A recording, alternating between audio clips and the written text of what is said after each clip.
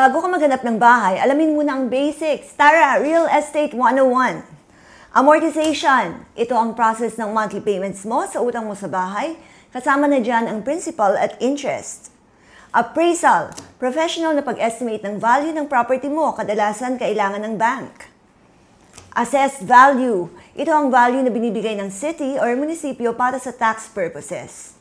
O diba? Hindi na nakakalito? Let's keep going para di ka ma-1-2 sa property terms. Kung may property ka na o balak mong bumili, ito ang mga terms na lagi mong maririnig. Broker. Licensed na tao na tumutulong sa pagbili at pagbenta ng bahay or condo. Buyer's market. Pag maraming nagbibenta at konti ang bumibili, mas may power ang buyer makipag-negotiate. Closing. Cost ito, yung mga bayarin sa pagtatapos ng sale, legal fees, taxes, commissions at iba pa. Gets? Ganyan talaga. Bili-bili pero dapat wise.